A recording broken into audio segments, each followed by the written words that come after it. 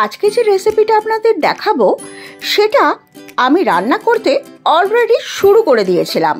হঠাৎ মনে পড়লো এরকম একটা সিম্পল রেসিপি আপনাদের সাথে শেয়ার করা যেতেই পারে, তাই ঝটপট ক্যামেরা চালু করলাম আর যেই অবধি রান্না অলরেডি করে ফেলেছিলাম সেইখান থেকেই স্টার্ট করে দিলাম রান্নাটা শুট করার। না, তাই বলে আপনাদের কোনো কম্প্রোমাইজ করতে হবে না রান্নাটা বোঝার ব্যাপারে। নমস্কার বন্ধুরা, তানিস কিচেনে আপনাদের সকলকে স্বাগত জানিয়ে আজকে আমি আমার রান্না শুরু করছি। আজ আমি দেখাবো আলু ফুলকপি ভাজি কি করে খুব সহজে বানিয়ে নেওয়া যায়। দেখুন, আমি আলু ফুলকপিটা এইভাবে ছোট ছোট টুকরো করে কেটে নিয়েছি।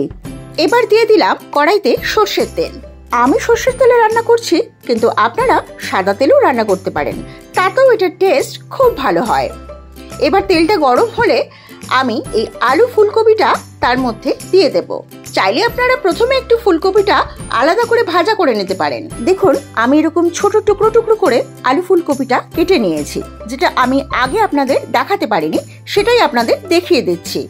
চাইলে আপনারা এটার মধ্যে আগে 5 ফোড়ন দিয়ে এই ভাজিটা করতে পারেন, কিন্তু আমি আজ শুধু তেলে ভাজা করছি। এবার এটা খানিকক্ষণ নাড়াচাড়া করে একটু ঢাকা দিয়ে দিলাম, তাহলে খুব ভালো করে ভাজা হবে আর অবশ্যই একটু সেদ্ধ হয়ে যাবে। এরপরে ঢাকনা খুলে এতে সামান্য নুন আর একটুখানি চিনি দিয়ে দেব। আপনারা চাইলে হলুদ ব্যবহার করতে পারেন, আমি ব্যবহার করিনি। এবার চিনি আর নুনটা এই আলু কপির মধ্যে খুব ভালো করে ভাজতে ভাজতে মিশিয়ে নিতে হবে। দেখুন, আস্তে আস্তে ভাজির কালার চেঞ্জ হচ্ছে।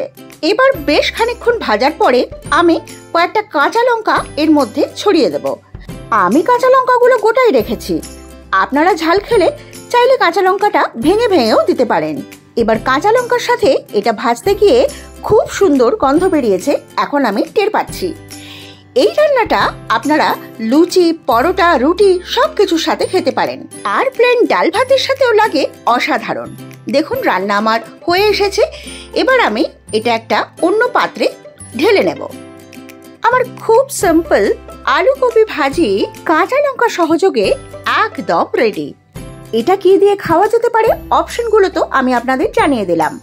আপনারা কিভাবে খাবেন আপনাদের উপর নির্ভর করছে। তবে আজ কিন্তু এই অবধি। এই সিম্পল রান্নাটা যদি ভালো লাগে তবে অবশ্যই একটা লাইক করে কমেন্ট করে দেবেন যে রান্নাটা কেমন লাগলো। আজ আসি, নমস্কার।